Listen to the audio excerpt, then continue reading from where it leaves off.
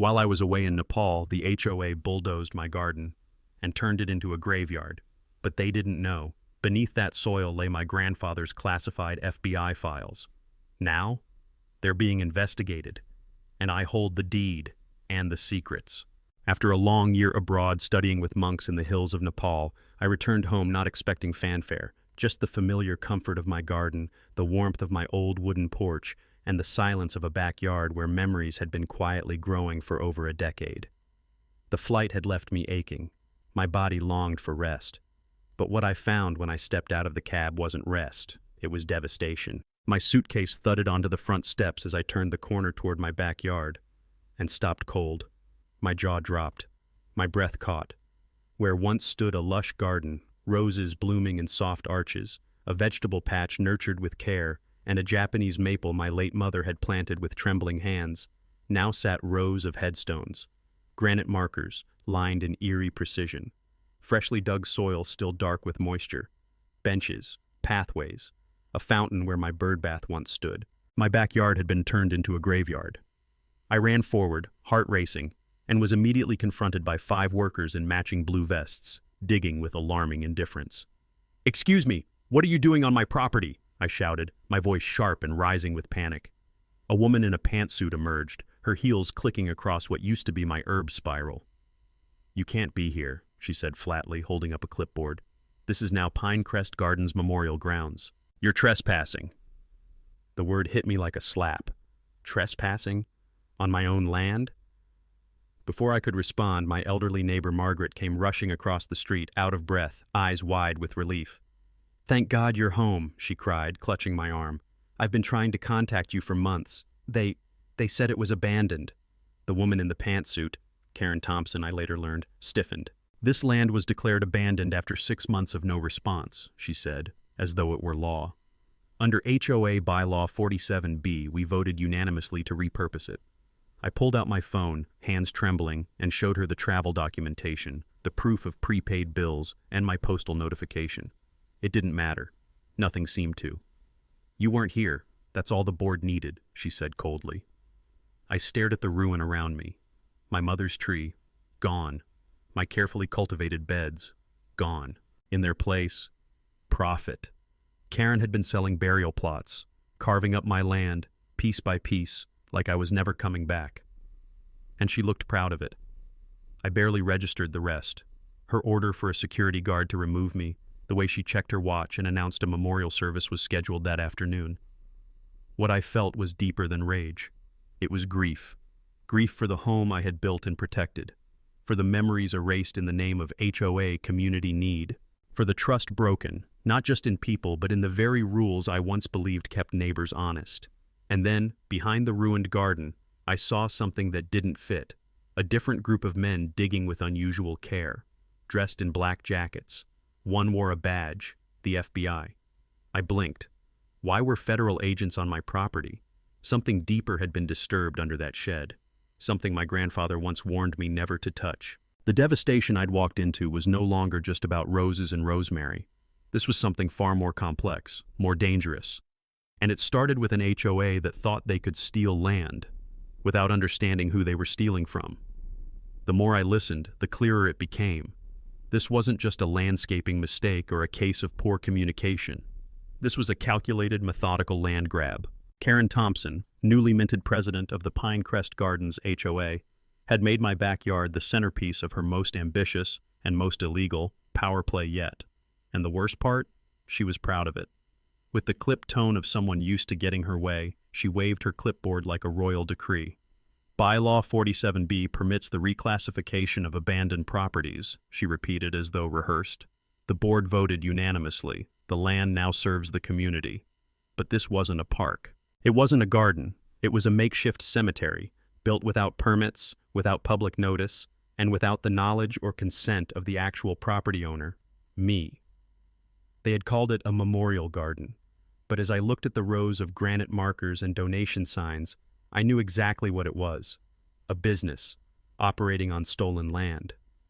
When I demanded answers, Karen barely blinked. "You weren't here. You left.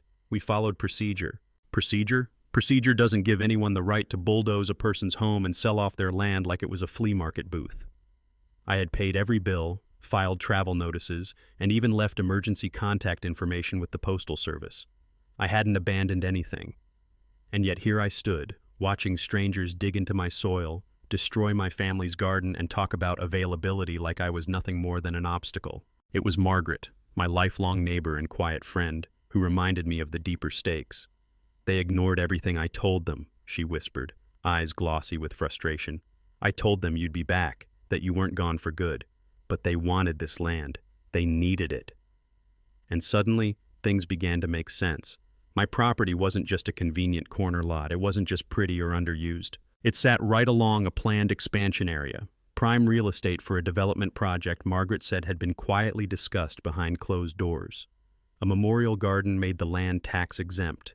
A commercial graveyard made it profitable. Either way, I was the only thing standing in their way. Worse still, they had trespassed. Not once, not casually, but repeatedly, deliberately, and with hired labor. They cut down my trees, dug up my shed, and paved walkways through my soil. There was no warrant, no legal order, just the arrogance of a board that believed it could do whatever it pleased because nobody would stop them. And then came the moment that changed everything. I saw them, men in suits, unmarked vans, federal agents excavating behind what used to be my tool shed. Karen tried to wave it off as a separate issue, but her tight jaw and darting eyes told a different story. The FBI was involved, and not because of flowers or funeral plots. They had found something my grandfather had buried.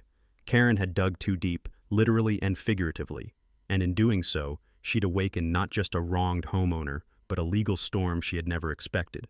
She thought she was dealing with a passive resident. What she didn't know was that I'd spent 15 years as a paralegal. I knew every line of local ordinance, every state-level protection. And now, thanks to the grave mistake of an overreaching HOA, I had the attention of the federal government and the leverage to fight back.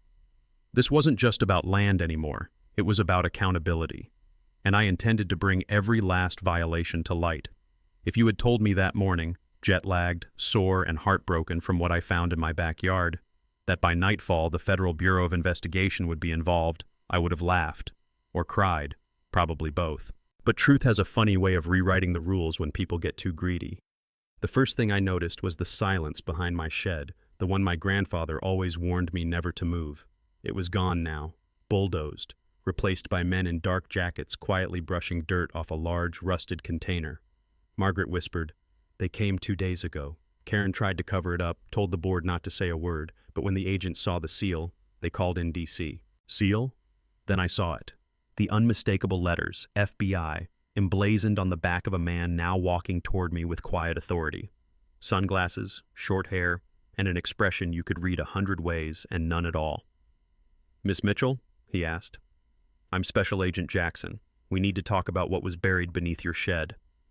I could barely respond.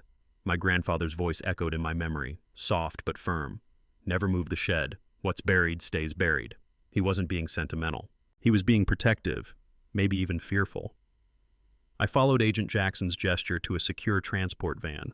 Inside, carefully bagged and tagged, were documents, photographs, and technical blueprints.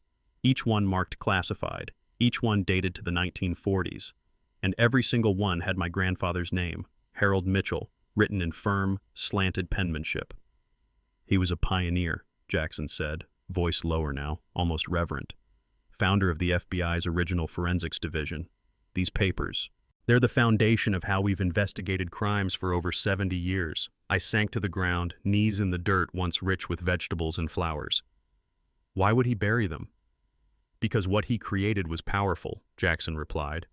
And power, misused, becomes danger. He licensed his methods to the government, but your family retained ownership. We found the legal documentation in a sealed container. Miss Mitchell, you legally own the intellectual property of modern FBI forensics." My breath caught. It felt surreal. I wasn't just standing on my land. I was standing on history, on secrets buried to protect something bigger than my backyard. Meanwhile, Karen Thompson paced across the lawn, barking into her phone. From her expression, it was clear she was learning in real time just how badly she'd overstepped. She had no idea, Margaret whispered, watching her from the porch. Karen thought she was just taking your garden. She didn't know she was trespassing on federal memory. As I stood, Jackson offered me a small envelope. Inside was an original deed from 1947. Signed, notarized, and sealed, it transferred not just the property, but the rights, royalties, and oversight of all methods and frameworks related to Project Insight, a now declassified FBI system. The payments stopped in the 1970s, Jackson explained. Your family was never located after your grandfather passed. We assumed the agreement dissolved. But it didn't, I said, piecing it together. It was buried, preserved, waiting. Jackson nodded. And now you're back, just in time. Suddenly, Karen's shouting became louder. You can't just take over a neighborhood. We're the HOA, she screamed into the phone, then spun toward me. You don't get to come back and act like some government agent. I'm not, I replied quietly. But they are. Karen paled as Jackson flashed his badge again. This is now a matter of federal jurisdiction. The Pinecrest HOA has no authority here. And selling plots on this land? That's not just a zoning issue, it's a criminal one. For the first time since I'd returned from Nepal, I felt the ground steady beneath my feet. I hadn't even unpacked my suitcase, yet already the tides had shifted. Karen stormed off, her phone still pressed to her ear, panic blooming across her perfect facade. I turned to Jackson. So, what happens now? He handed me a sealed file. That's up to you, Miss Mitchell. You're not just a homeowner anymore. You're the custodian of a legacy. And for the first time, I understood what my grandfather meant. This land was more than soil and stone. It was a vault of truth, and I was its keeper. The morning after the FBI arrived, I found myself sitting at Margaret's kitchen table, a fresh cup of coffee in hand, and a folder in front of me that would change everything I thought I knew about my family and myself. Agent Jackson was already there, standing by the mantel, gazing at an old black and white photo of my grandfather in uniform. He turned as I entered, his expression unreadable. We have something you need to see, he said, gently sliding the folder across the table. I opened it slowly, my heart already thudding. Inside was a single sheet of yellowed paper, sealed with faded government insignia. It was my grandfather's will, an original document, lost to time but preserved beneath the shed like a message in a bottle. To my descendants, it read in his sharp, formal handwriting, I leave not only my property and possessions, but also the intellectual ownership of the methods, frameworks, and innovations cataloged within Project Insight. The government is granted perpetual license to use them, provided proper attribution and compensation are maintained. I stared at the page, the words sinking in like stones into still water. You mean, my grandfather owned the forensic procedures the FBI still uses today? I asked, barely able to process it. Jackson nodded. Your grandfather, Harold Mitchell, wasn't just a government employee. He was the architect of the FBI's Forensic Science Division. These weren't just personal notes. These were foundational procedures for modern criminal investigation. My mouth went dry. For decades, these methods had solved crimes, saved lives, shaped courtrooms, and they were tied to my family's name. And worse still, somewhere along the line, those contributions had been buried, both literally and bureaucratically. We found no record of ongoing compensation, Jackson continued. Payments ceased in the late 1970s, when the government claimed they could no longer locate any Mitchell family members. That was after my grandfather's passing, after my parents moved to Europe, after I lost them both in that awful car crash. I had been just a child. No wonder the line broke. But now the line is reconnected, I said softly. Yes, Jackson confirmed, and that comes with legal implications. I looked up sharply. Legal? He gestured toward the window where Karen Thompson and two unfamiliar men in suits were approaching Margaret's house. That's the HOA attorney, Jackson said, checking his watch. And the other man is a real estate developer. They think they still have a claim to your land. I stood abruptly, heart pounding again. Even after what you found? Jackson gave a slow nod. They don't know what we've found yet, not the full extent. That's why I'm here, to help you prepare. A few minutes later, Karen barged into the house like she still owned the place. You're expected at an emergency HOA meeting this afternoon, she announced, clipboard tight in her hand. We're voting on final disposition of the memorial garden. I was about to speak, but Jackson beat me to it. There will be no vote today, he said, his tone clipped and cool. This property is now under federal review due to the discovery of protected historical material. Karen's mouth opened, then shut. This is a local matter, she spat. Not anymore, Jackson replied, showing his badge. We've verified that this land was deeded in 1947 specifically to Harold Mitchell in recognition of his service, and we have documentation proving his estate retained ownership of Project Insight, an initiative now embedded in federal law enforcement procedures. The room went silent. Even the developer's hands began to tremble slightly as he leafed through his briefcase. Karen, flustered, tried to speak. That can't be. We filed all proper permits. The bylaws. We're invalid the moment you disturbed a federally protected site, Jackson interrupted. I stepped forward, finally finding my voice. You didn't just trespass and destroy my garden. You violated the legacy of a man who helped define American justice. You didn't just steal land. You tried to bury history. Karen's face drained of all color. She didn't speak again. Later that day, I received another envelope, this one from Washington. Inside was confirmation of my family's legal standing and a personal letter from the FBI's Director of Forensics. It read, Harold Mitchell's contributions were the backbone of our work. You are now the steward of that history. We are committed to honoring it and protecting it. As I held the letter, a wave of something unfamiliar swept through me, pride, purpose, and a quiet, formidable strength. My grandfather didn't build a garden. He planted a legacy, and it was my turn to protect it. The cold letter on my kitchen table still felt warm from the envelope, an official cease and desist notice from the Pinecrest Gardens HOA. Across it, stamped in aggressive red, were the words, refused. Beneath, in Karen Thompson's handwriting, a sharp message was scribbled. The HOA has voted unanimously to fine you $500 per day until you cease interference with community projects. I held the paper with steady hands, though inside my nerves buzzed. Outside my kitchen window, I could see what used to be my garden. Where rose bushes once bloomed, strangers now placed flowers beside fake headstones. Paths were being laid, benches installed, a fountain erected where my mother's stone bird bath had been. My land had been transformed into a cemetery I never approved. My own backyard turned into something hollow and performative. But this time, I didn't cry. I didn't plead. I brewed coffee, combed my hair, and changed into the suit I wore to my grandfather's funeral. The last time I had to summon this kind of strength, because I wasn't going to just fight. I was going to win. Just before noon, Agent Jackson called. The Bureau would like to meet with you this afternoon, he said. There's a proposal you'll want to hear. By 2:00 p.m., I sat across from 3 government officials in a downtown office, Agent Jackson, a legal representative for the FBI, and a quiet man introduced as Director Campbell. Campbell was older, dignified, and calm. His presence demanded attention without saying a word. I knew your grandfather, he began. He changed how we do our jobs, and now you may hold the keys to protecting that legacy. He slid a folder across the table. Inside were the Bureau's preliminary findings, confirming that my grandfather's intellectual property, his forensic methodologies, were not only still in use but legally tied to my family. We're offering you a formal licensing agreement, compensation, and protection, the legal counsel explained. But we also want to help you reclaim your land. I leaned forward. The HOA has already done serious damage. They're acting like they're above the law. Campbell gave a knowing smile. Let's remind them they're not. When I returned home, the sun was beginning to dip behind the houses of Pinecrest Gardens.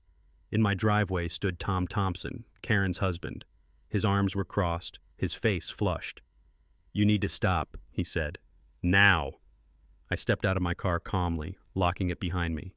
Is that a threat, Mr. Thompson? He took a step closer, voice lowered. Karen has friends. This neighborhood works because of her. If you keep pushing, you'll regret it. But before I could respond, Agent Jackson appeared from across the street, walking toward us. I think that's enough, Mr. Thompson. Tom blinked, thrown off. Who are you? Jackson flashed his badge. Federal agent, here to discuss your HOA's unauthorized excavation of federal property. Tom paled. That's ridiculous. Jackson pointed toward my rooftop. That weather vane? Not just for decoration. It's a federal safe house marker used for decades. Your board disturbed a historically protected site without a single proper permit. Tom stepped back, nearly tripping on the sidewalk. This is far bigger than you think, Jackson added. And your HOA isn't just liable for trespass. There's potential fraud, historical destruction, and unlawful sale of federal land. Without another word, Tom turned and walked away. That night, a mandatory emergency HOA meeting was announced. Karen, it seemed, wanted to settle things publicly. She didn't know she'd be walking into her own undoing. I spent the evening preparing, printing documents, scanning emails, and highlighting bylaws they'd broken. Then I found it, the final piece. A 1947 photo of my grandfather standing beside J. Edgar Hoover planting a tree on what was now my property. The caption read, "To honor the fallen, this ground is sacred." At the meeting, Karen tried to paint me as the villain. She disappeared for a year and now wants to destroy our peaceful memorial garden. I stood, holding the photo. This land was a memorial long before your HOA even existed. My grandfather helped build this country's justice system, and you tried to bury that under a bed of fake gravestones and greed. Gasps echoed, then silence. I don't want revenge. I want restoration, and I want accountability.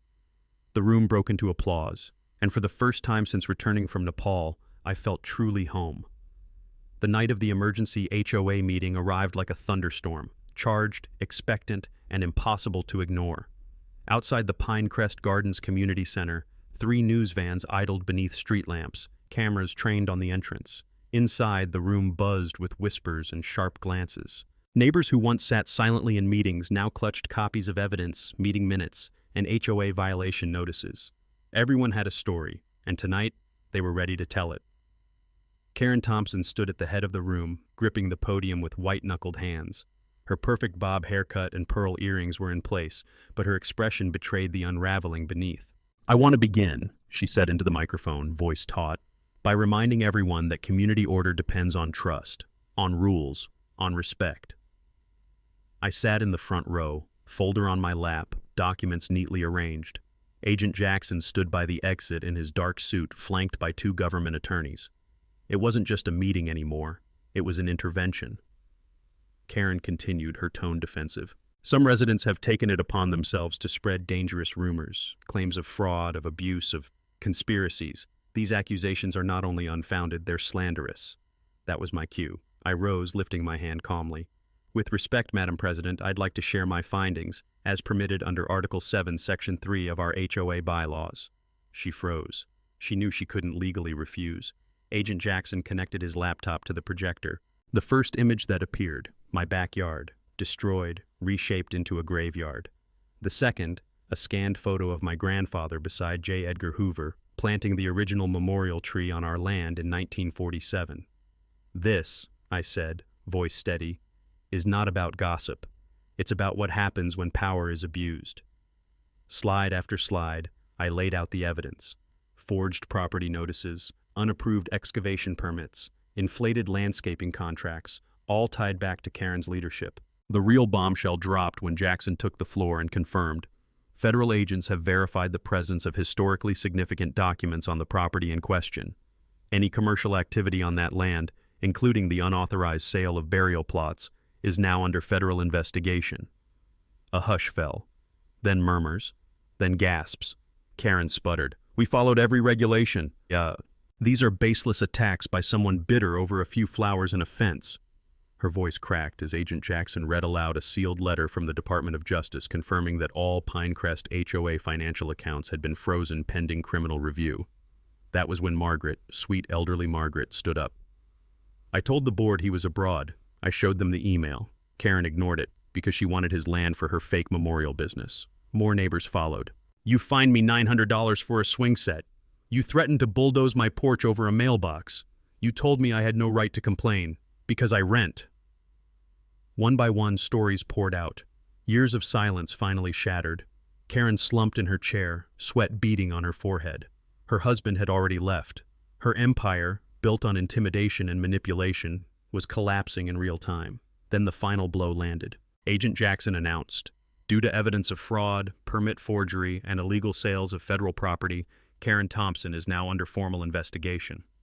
The room erupted in applause. Not wild, but firm, righteous, earned. As Karen was quietly escorted out the side door, head bowed, I looked around at my neighbors. Faces once full of hesitation now glowed with relief. Truth had prevailed. And justice? Justice had come not with revenge, but with calm, careful proof. 6 months had passed since the night justice finally caught up with Karen Thompson. Pinecrest Gardens had changed, not in ways that made headlines, but in all the ways that mattered most. You could feel it in the way neighbors greeted each other at the mailbox, in the way families lingered in front yards that had once been off-limits, and in the soft laughter echoing from the new memorial garden, now located, rightfully, on shared community land. I stood outside the small museum we built in place of my old tool shed. It was called The Foundations of Forensics, a tribute to my grandfather's legacy and to the truth buried, almost lost, beneath years of bureaucracy and manipulation. Children from the local elementary school now visited weekly. They traced their fingers along the engraved names of early FBI contributors, learned about fingerprint analysis, and heard stories about a man named Harold Mitchell who changed the way the world solved crime. Agent Jackson had dropped by that morning, coffee in hand and a familiar warmth in his voice. "He'd be proud of you, you know," he said, glancing toward the museum. "I hope so," I replied, watching a boy and his mother take a photo in front of Grandpa's plaque. Our new HOA, now led by Margaret and a mix of longtime and newly involved neighbors, operated with transparency and heart. Gone were the surprise violation notices, the secret meetings, and the fear. In their place were tool-sharing programs, porch potlucks, and even a community seed library. "It's not perfect," Margaret said one evening as we walked past the rose garden, "but it feels like home again." I nodded. It did. The licensing agreement with the FBI had quietly brought in enough funds to support real improvements, repaved sidewalks, repaired park benches, even a new playground in honor of Mrs. Fitzgerald's grandson.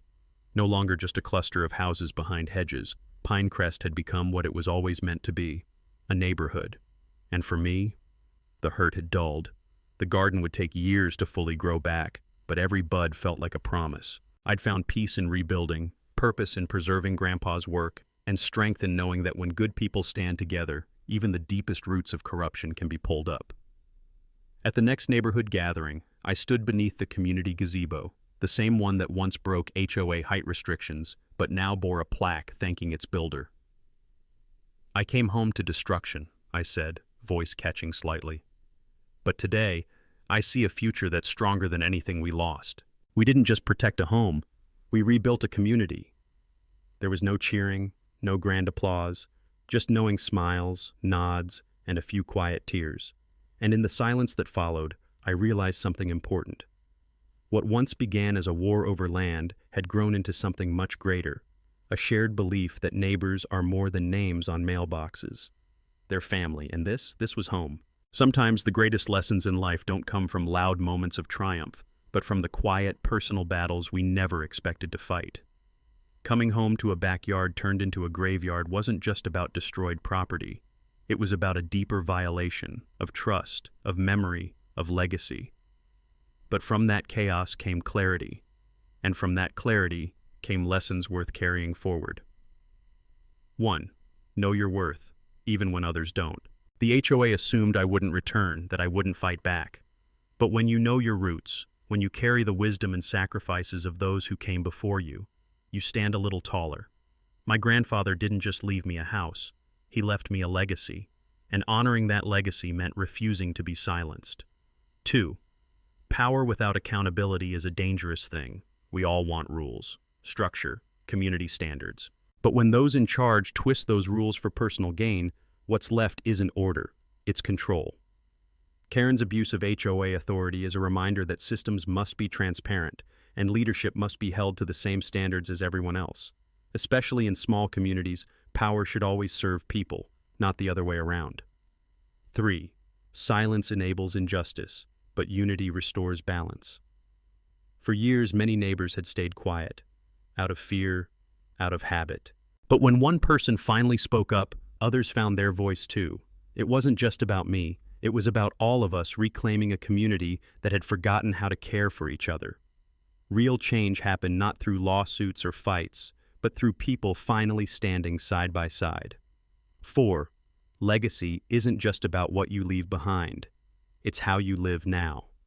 My grandfather's hidden documents sparked a federal investigation, But what meant more to me was discovering who he truly was, a man who protected truth even in silence. His final gift wasn't money or prestige, it was courage, the courage to do what's right even when it's hard. 5. Healing begins with forgiveness, but ends with action. I could have let bitterness take root. I could have refused to build again, but instead we transformed pain into progress. The fake graveyard was replaced with a real memorial garden. The shed became a museum. Neighbors became friends. Forgiveness didn't mean forgetting. It meant choosing to build something better from the ruins. In the end, this story isn't about an HOA or the FBI. It's about how ordinary people can protect something sacred: truth, justice, memory, even when no one's watching. And for anyone who's ever felt powerless or unheard, let this be a reminder. It's never too late to stand your ground. It's never too late to rebuild. And it's never too late to become the neighbor who makes a difference. Because sometimes, doing the right thing isn't loud. It's quiet, it's steady, and it changes everything.